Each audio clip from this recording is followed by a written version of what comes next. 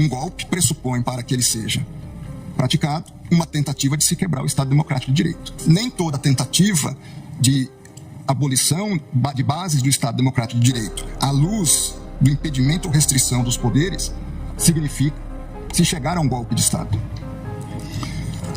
Então, dentro dessa perspectiva, entendo que, no contexto, se aplica o princípio da consunção ou da absorção.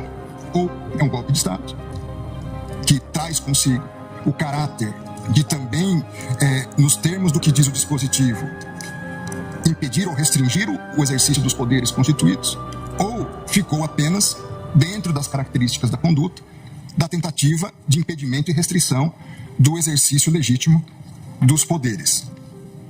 Dentro dessas circunstâncias,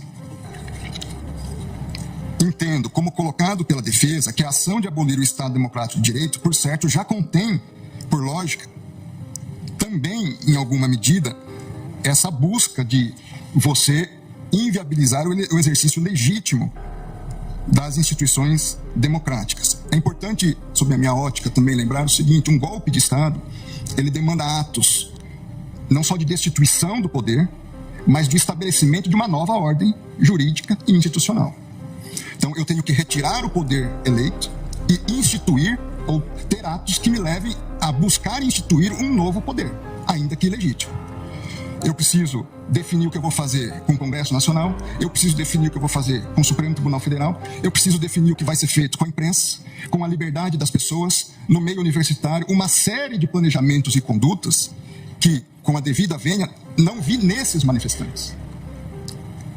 A perspectiva da atuação deles era criar uma situação de instabilidade institucional, mas qualquer ação de golpe de Estado dependeria de uma ação de outras forças, basicamente dos militares.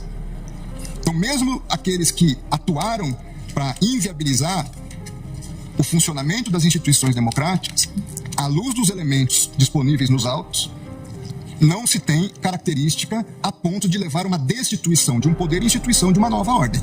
Se me permite, o artigo 359-M, na verdade, fala em tentar, né? Então não se pressupõe a consumação, mas sim a tentativa.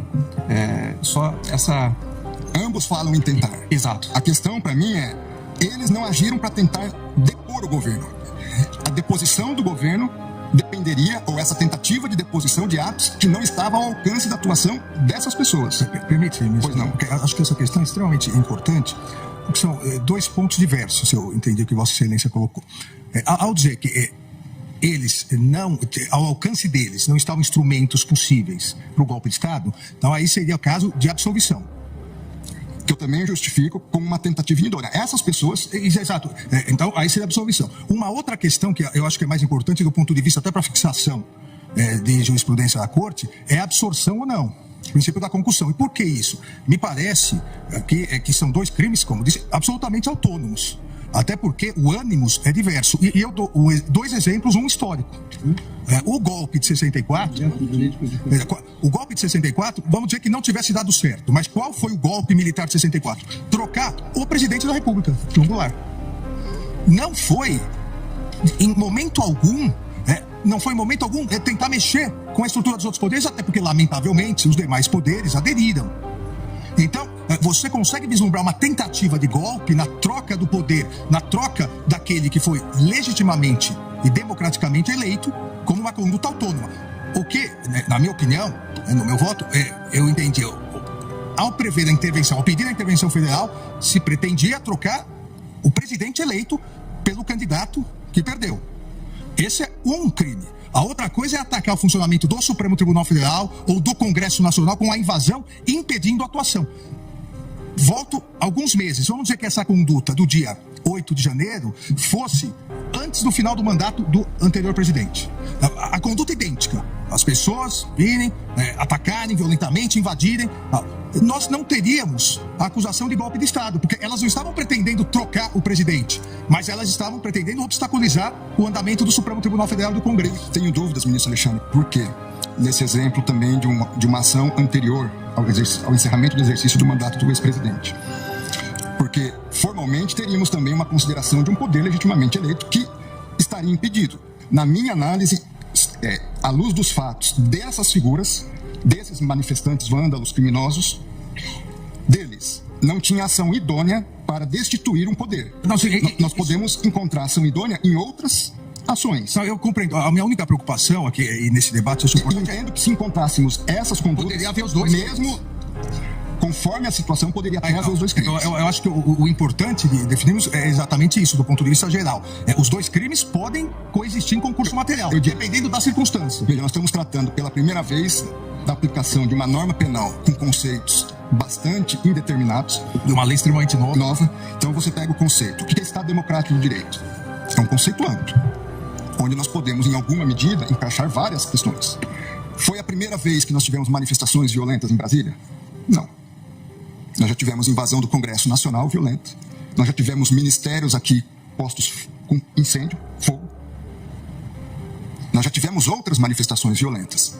É verdade que penso que foi a primeira vez no Supremo Tribunal Federal. Foi. Mas em outros contextos, não. 5 coronéis comandantes da PM estão presos.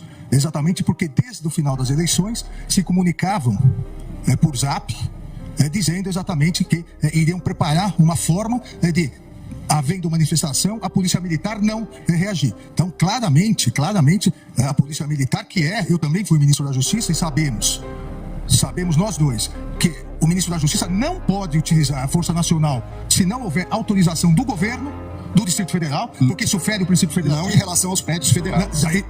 Mas não em relação à Praça dos Três Poderes. Mas em relação às edificações federais, ele pode e deve. Com todo respeito, Vossa Excelência, querer falar que a culpa do 8 de janeiro foi do ministro da Justiça. Vossa Excelência que está dizendo isso. É um absurdo. Vossa Excelência que está dizendo isso. 5 comandantes estão presos. Muito embora, eu queria, e o Brasil quer ver esses vídeos do Ministério. Quando o ex-ministro da Justiça, que sucedeu Vossa Excelência, fugiu para os Estados Unidos, eu sou advogado de ninguém e jogou o celular dele no lixo. Eu não sou advogado de preso. E agora Vossa Excelência, Vossa Excelência vem no plenário do Supremo Tribunal Federal, que foi destruído, para dizer que houve uma conspiração do governo contra o próprio governo. Não coloque palavras na minha boca. Não coloque palavras na minha boca. Não coloque palavras na minha boca. Tenha dó, Vossa Excelência.